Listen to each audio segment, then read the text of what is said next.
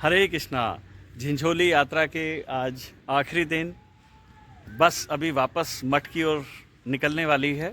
उससे पहले मुझे ये सौभाग्य मिला है कि मैं दिन के समय आप वो स्थान दिखा सकूं जहां पर 3 दिन से हम भक्ति को सीखने का और अपने व्यवहार में लाने का प्रयास कर रहे हैं। ये जो सामने रूम है, यहाँ पर हमारे आचार्य रुके हुए थे, श्रीपाद कमल प्रभु जी, जो ग्रेटर नोएडा से आए हैं। और ये बहुत बड़ा कैंपस है जिसके अंदर हम यहाँ सब हमारे दीदियाँ और प्रभु लोग रुके हुए हैं। वो सामने जो आपको जाते हुए दिख रहे हैं वो हमारा भोजनालय था। और ये मेरी उंगली के सामने जो दिखाई दे रहा है, यहाँ प्रभु जी जो लोग निकले हैं, यहाँ वो हॉल था, सत्संग भवन, जिसमें हमारी क्लास चलती थी। और बहुत ही आनंद लिया, सभी ने अपने रिव्यू उसमें डाले हैं। बहुत ही सबने आनंद लिया, बहुत कुछ सीखा, आपसी व्यवहार से सीखा, सामूहिक रूप से रहना सीखा और डिसिप्लिन सीखा, अनुशासन सीखा। जिस काम को जिस समय होना चाहिए वो काम उसी समय कैसे किया जाए, तो क्या तैयारी उसमें रखी जाए और आपस में कैसे एक दूसरे की चिंता की जाए। ये हमारे पीने का जल का अरेंजमेंट था इधर। यहाँ हमने सामने योगा का अभ्यास किया और ये हमारे रुकने की व्यवस्था थी। यहाँ पे हम सब सामूहिक रूप से रुके।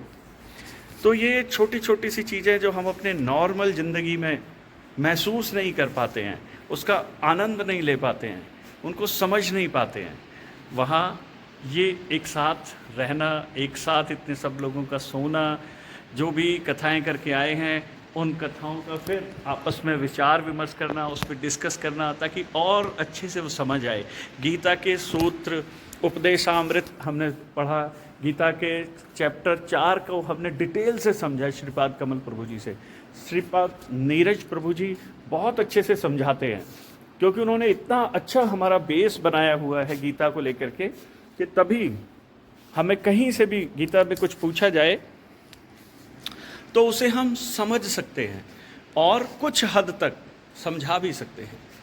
तो वो जो हमारा बेस बना हुआ था उसके अंदर श्रीपाद कमल प्रभु जी ने आकर जैसे ही 4थे अध्याय को एक्सप्लेन हमें किया तो हमें चीज़ें और अच्छे से खुल के समझ आई।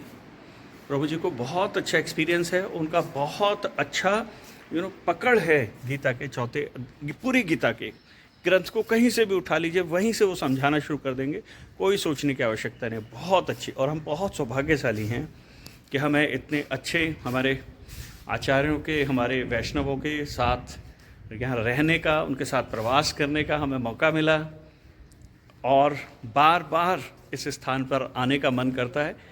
इतना मन भावन ये स्थान रहा। 3 दिन की जो हमारी स्पिरिचुअल रिट्रीट यानी स्पिरिचुअल यात्रा जो हमारी 3 दिन की रही, सचमुच बहुत अमेजिंग एक्सपीरियंस के साथ रही।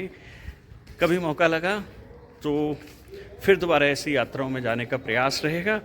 जो भी हमारे और भक्तगण जो आप देख रहे हैं, अगर आपकी इच्छा है कि इस तरीके के स्पिरिचुअल लर्निंग में आप जा सकते हैं, स्पिरिचुअल पाथ को अपनाना चाहते हैं, तो आप हमारे रमन बिहारी गौड़िया मठ जनकपुरी आएँ, संपर्क करें। वहाँ शनिवार इतवार को श्रीपाद नंद किशोर प्रभु जी गीता की क्लास लेते हैं और अन्य अन्य उपनिषदों को सरल भाषा में समझाते भी हैं। तो आप वहाँ उन्हें समझें और वहाँ से शुरुआत करें और वहीं से फिर पूरा ग्रुप ऐसी छोटी छोटी ट्रिप में संत लोगों के साथ, महाराजाओं के साथ और वैष्णवों के साथ हम लोग यात्राओं पर निकलते हैं। उसका भी सभी को सौभाग्य मिल सकता है।